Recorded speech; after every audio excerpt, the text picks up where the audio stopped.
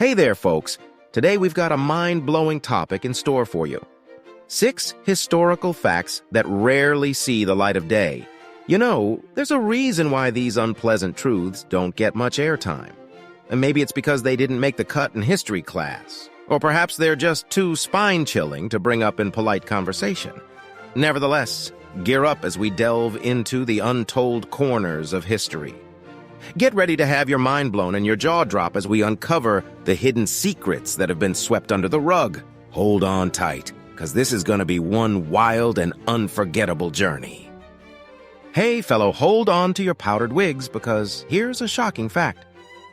For you, from the 1930s to the 1970s, about 1/3 of the female population in Puerto Rico underwent the sterilization experience. The sterilization craze didn't originate from some far-off land. Oh no, it was born right here in the good old US of A, where Latin American women from various backgrounds, including our friends from Puerto Rico and Mexico, became targets of this bizarre practice. Let's take a quick trip back to a time when immigration was booming in the land of the free. You see, eugenicists were all riled up, fearing that those with higher reproductive fitness would outbreed their immigrant counterparts. The horror! And guess what? This fear fueled movements that pushed for sterilizing Latin Americans. Talk about taking family planning to questionable heights. Now, my time-traveling amigos, let's dig into the factors that contributed to the wild sterilization escapades targeting Latin American women in sunny California. It all started with the Human Betterment Foundation, HBF, and their not-so-great idea of promoting eugenic sterilization. Yikes! And let's not forget about the Sterilization Act of 1909 and the Immigration Act of 1924, which added fuel to the sterilization fire. Can you believe that state-sanctioned forced sterilization was widespread in 33 states from 1909 to the 1970s? That's a lot of unnecessary snipping and tying, folks. Even as late as 1981, Oregon gave a nod to one final sterilization. Talk about being fashionably late to the Enlightenment Party. But here's the kicker. In Puerto Rico, during the 1930s, doctors convinced women that sterilization was their only contraception option. Well, surprise, surprise. Between 1947 and 1948, 7% of Puerto Rican women found themselves in the sterilization spotlight. And by 1956, every third woman had joined the sterilization club. It's like a twisted game of reproductive roulette. Now, let's not forget the mind-boggling twist in this tale. Many of these women claimed they were told their tubes were being tied, but no one bothered to mention it was a one-way trip. Oops, it's about an irreversible surprise. We aim to provide a lighthearted take on historic events, but we acknowledge the serious nature and impact they had on individuals and communities. Laughter helps us cope with the past, but let's never forget to respect and learn from history. So, brace yourselves for the next time-traveling adventure. Picture this, folks. In the good old days, dental clinics were about as expensive as a yacht, but now they're within reach for everyone. Nowadays, dentists use fancy equipment and innovative technologies to fix our teeth. But, oh boy, a couple of centuries ago, things were a bit different. And by different, I mean downright bizarre and terrifying. Let's hop into our time-traveling dental chair and zoom back to the origins of dentistry, where things were as sweet as a cavity-free smile. Picture yourself in the 15th century, when sugar was the Beyoncé of spices, exotic, luxurious, and available only to the sugar-privileged few. Back then, having teeth decayed by cavities wasn't a cause for panic, but a bragging right, a fancy way of saying, "Look, I'm so rich I can afford to rot my teeth with sugar." It was like a secret society, where your pearly whites were more like caramel browns, a sign that you had indulged in the sugary delights fit for a royal sugar addict. But hang on to your toothbrushes, because guess what? Sugar decided to crash the party and became available to the common folks, too. Suddenly, having a mouthful of cavities wasn't the cool thing anymore, and that presented a major conundrum for dentists: how to bring back those dazzling smiles to all the sugar aficionados out there. Well, let's just say they didn't quite have the answer for several centuries. Fillings? Nope.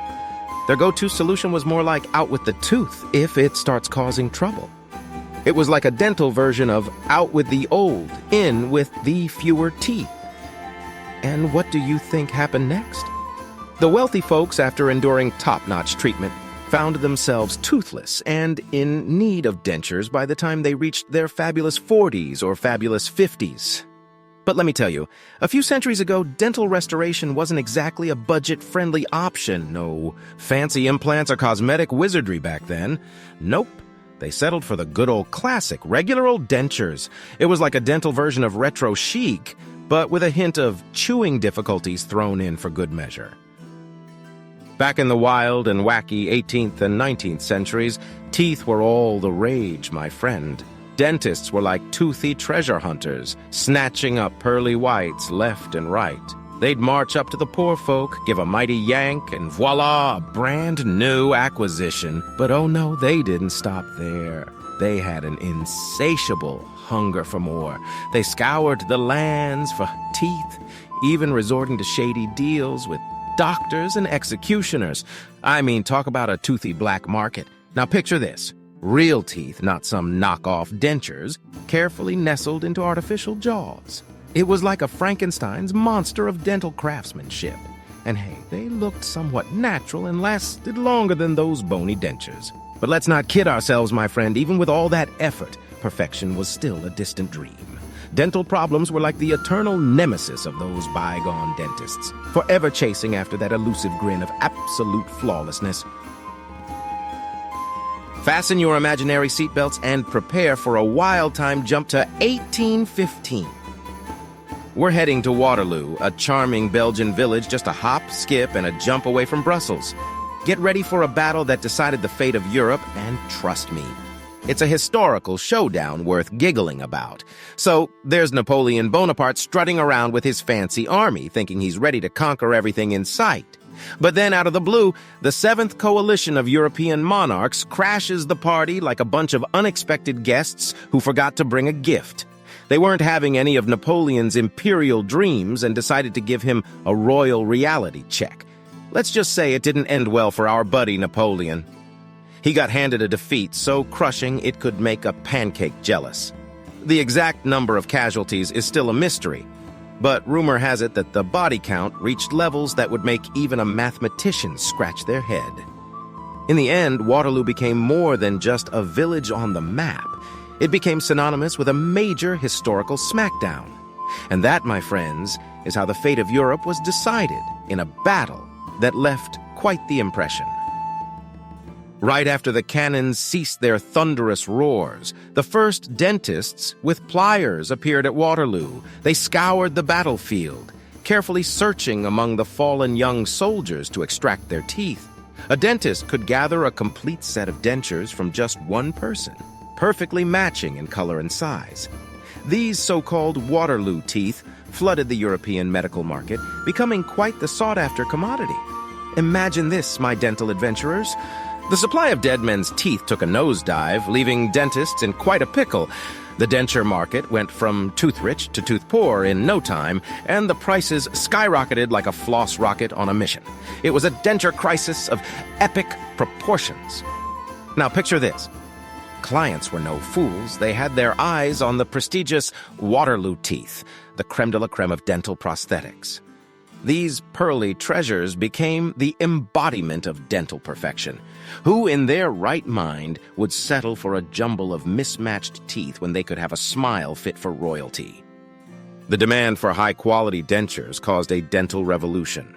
Dentists had to put their thinking caps on and invent jaw-dropping advancements in dental prosthetics. It was a race to create dentures so flawless that even the Mona Lisa would be green with envy. So, my friends, the next time you think about dentures, remember the incredible journey they took. From scavenging for teeth to the rise of the illustrious Waterloo teeth, it's a tale of dental triumph and a whole lot of laughter. Because let's face it, life is just better when you can flash a confident smile, even if it's with a little help from the world of dental magic. Hold on tight and prepare for our next journey through history for the tale of the longest year ever recorded, A mind-boggling 445 days. Are you ready to join me? Let's travel back to the year 46 BC, also known as 708, from the foundation of Rome. This remarkable year holds the prestigious title for being the lengthiest year in the entire history of calendars. Isn't that just wild? Before the Julian calendar came into existence, the ancient Romans had their own unique calendar system, but let's be real here, their calendar was a bit, well, let's just say it wasn't the sharpest tool in the shed. It had a mere 355 days, which, by any standard, is a bit on the short side, but hey, at least they divided it into 12 months, either named after gods or numbered. And get this, the year actually began in March, with January taking the 11th spot. Talk about doing things their own way, right? Now hold your horses, because it gets even crazier. The Romans not only had a lunar calendar with 355 days, but also a solar calendar. Yep, you heard that right. They had not one, but two calendars. Apparently, one calendar just wasn't enough for them. Talk about going the extra mile. But fear not, dear friends, because the great Julius Caesar himself stepped in to save the day. He decided to shift the start of the year to Januarius for a couple of reasons. On the formal side of things, it allowed the two-faced god Janus to observe both the approaching and the past year. But let's be honest, it was also pretty convenient for the rulers who had conquered Rome. They could now start their official duties on January 1st. Hold on to your funny bones, because this is where the laughter train goes off the rails. Picture this. Julius Caesar, on one of his wild adventures in Egypt, stumbles upon a wacky philosopher-astronomer combo named Sosigenes of Alexandria. And boy, did this dude have some out-of-this-world ideas!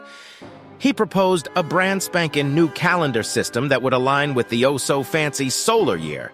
But here's the kicker. It required temporarily putting days on hold, like hitting the snooze button on time itself. And guess what? It worked like magic. The vernal equinox decided to take a chill pill and slither its way back to March 25th. Can you imagine? Mother Nature herself doing a little shuffle dance for the calendar. But wait, there's more. Even the religious holidays hopped into their proper spots without stepping on the toes of farming and planting seasons. It's like the universe had a comedy sketch planned, and we were all just unwitting players in this cosmic joke. But you know what? Just removing a few days from the calendar seemed a bit unfair. So they decided to make the transition from the Roman calendar to the Julian calendar by having an exceptionally leap year. And boy, was it a leap!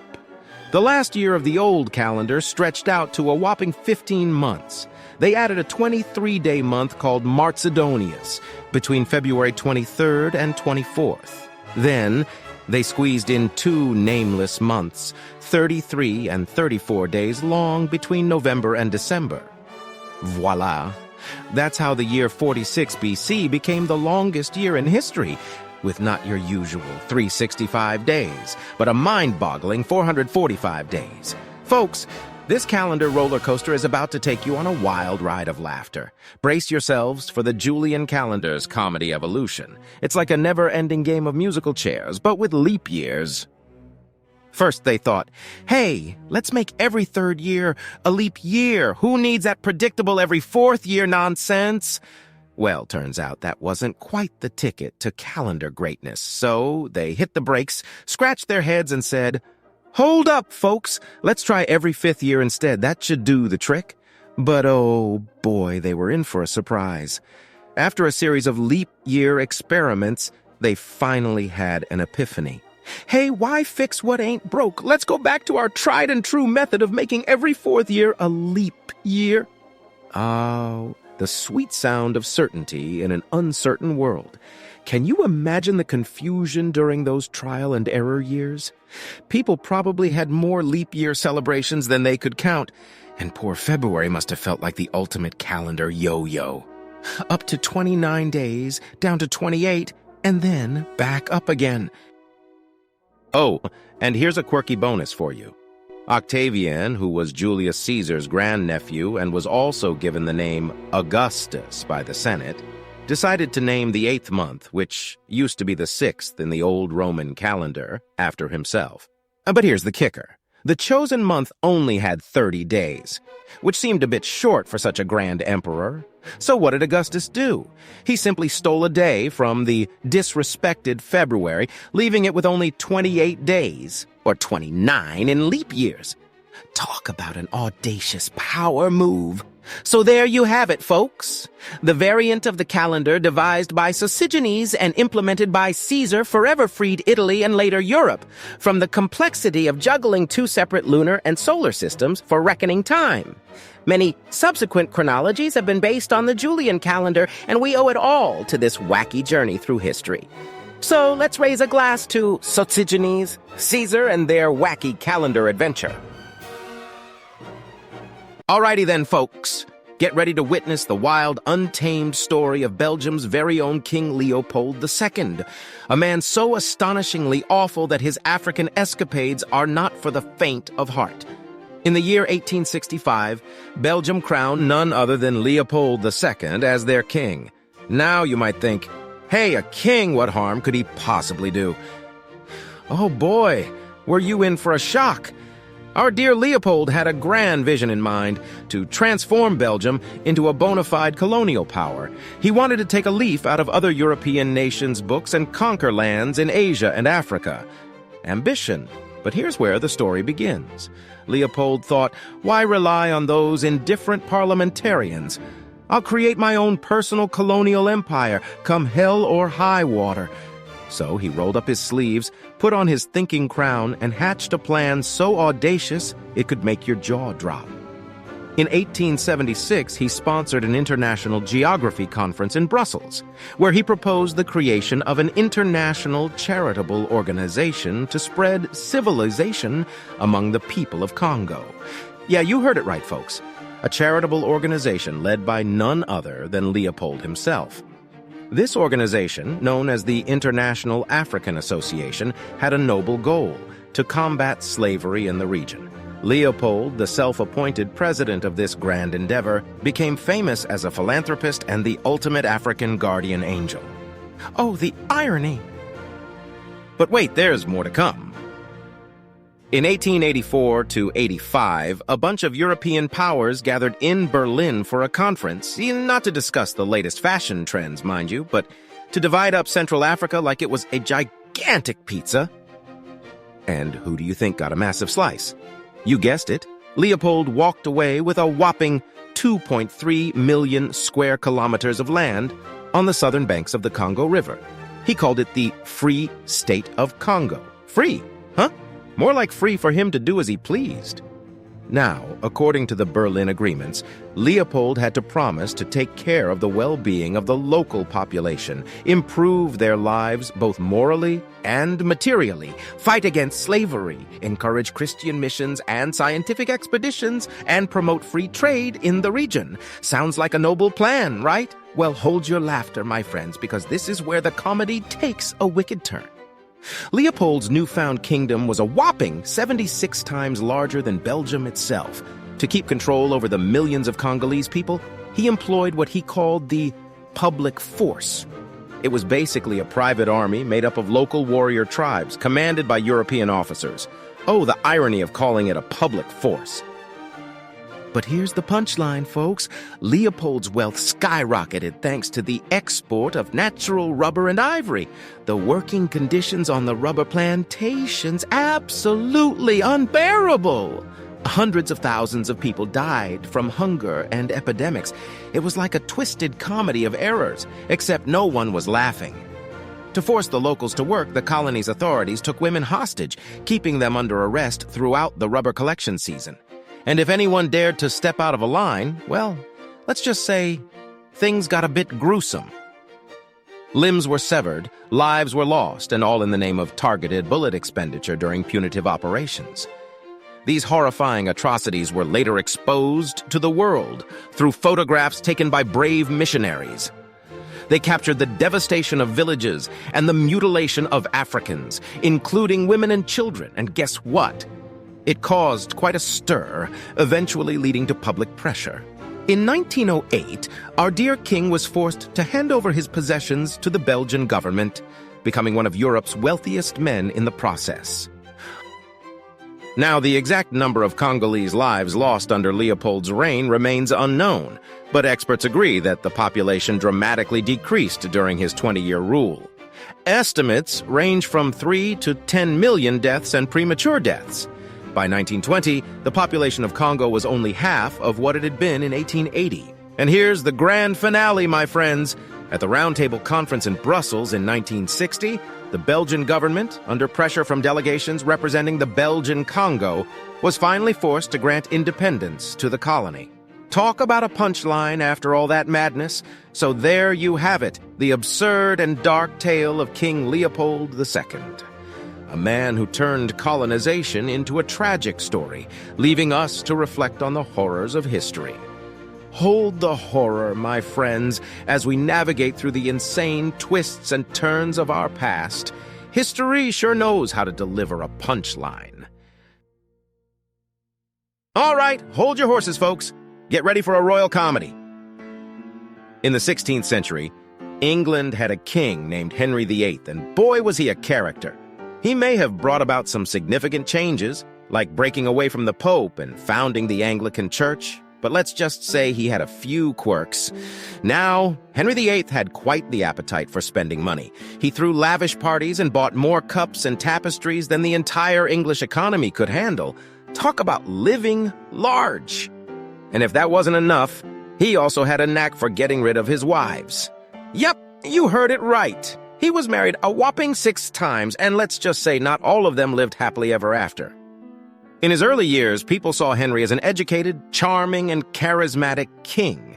But as time went on, he gained a reputation for being a lustful, selfish, and paranoid tyrant. You know, the usual character development. But hey, he wasn't all about ruling the kingdom. In his free time, he dabbled in sports, played the lute, composed music, wrote poetry and prose, gambled, played tennis, participated in tournaments, and went hunting. He even had a massive library. Quite the Renaissance man, huh? But as he grew older, Henry developed a few new interests. Among his extensive collection of weapons, he had a peculiar contraption, a hybrid between a mace and a triple-barreled pistol.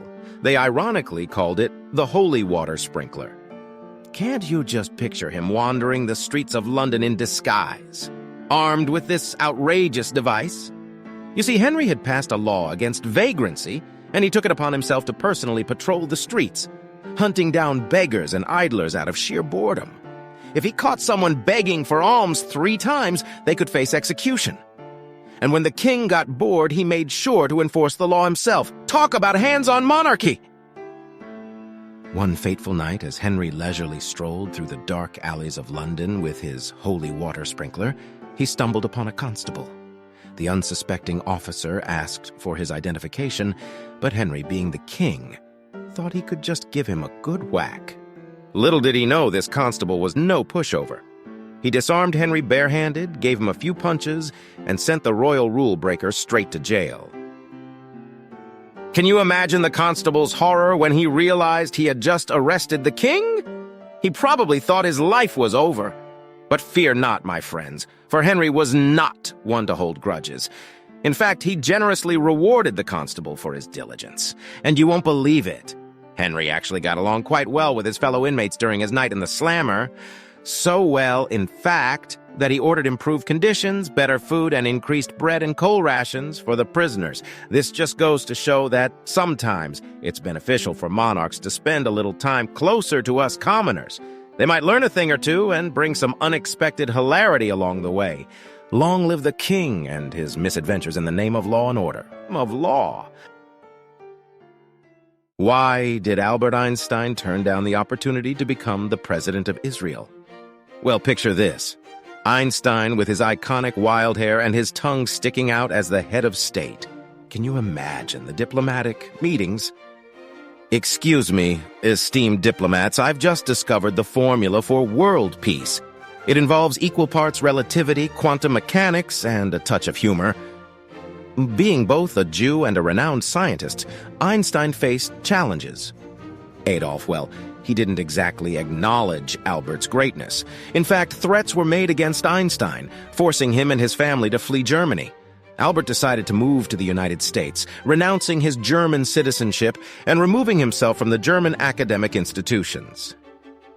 Einstein welcomed the creation of the State of Israel. He believed that the Jewish people needed unity and their own state to overcome the multitude of problems they faced. In 1952, Albert received an offer that was hard to refuse. David Ben-Gurion, the Prime Minister of Israel at the time, made a serious proposal for Einstein to become the country's second president. But let's face it, politics can be a bit chaotic. Einstein was all about order and precision, while politicians are experts at turning order into chaos. It's like asking a physics professor to teach kindergarten. Sure, they're both dealing with elementary particles, but in completely different ways. And then there's the issue of time. Einstein knew how to bend time, but political terms have a way of bending it even further. 1 minute you're in office, and the next you're wondering where all those years went. Einstein was more interested in exploring the mysteries of the universe, not the mysteries of bureaucracy. Besides, can you imagine his campaign slogans? Vote for Einstein, the only candidate with an EMC2 plan for economic growth, or let's make Israel the smartest nation on Earth, one theory of relativity at a time. So in the end, Einstein decided to stick to his passion for science and leave the political stage to those who have mastered the art of shaking hands and kissing babies. After all, he already had a Nobel Prize on his shelf. Who needs a presidential seat when you've got that kind of bling? In conclusion, Einstein's decision to decline the presidency was a humorous reminder that even geniuses have their limits, and politics may not be their cup of tea. And there you have it, folks. 6 incredible stories that took us on a wild ride through history. We hope you've enjoyed this entertaining blend of facts and humor. If you found yourself chuckling, pondering, or simply entertained, don't forget to hit that subscribe button, give us a big thumbs up, and leave a comment below. We'd love to hear your thoughts, reactions, or even share your favorite historical anecdotes. Remember, history doesn't have to be dry and boring. It's filled with fascinating characters and unexpected twists.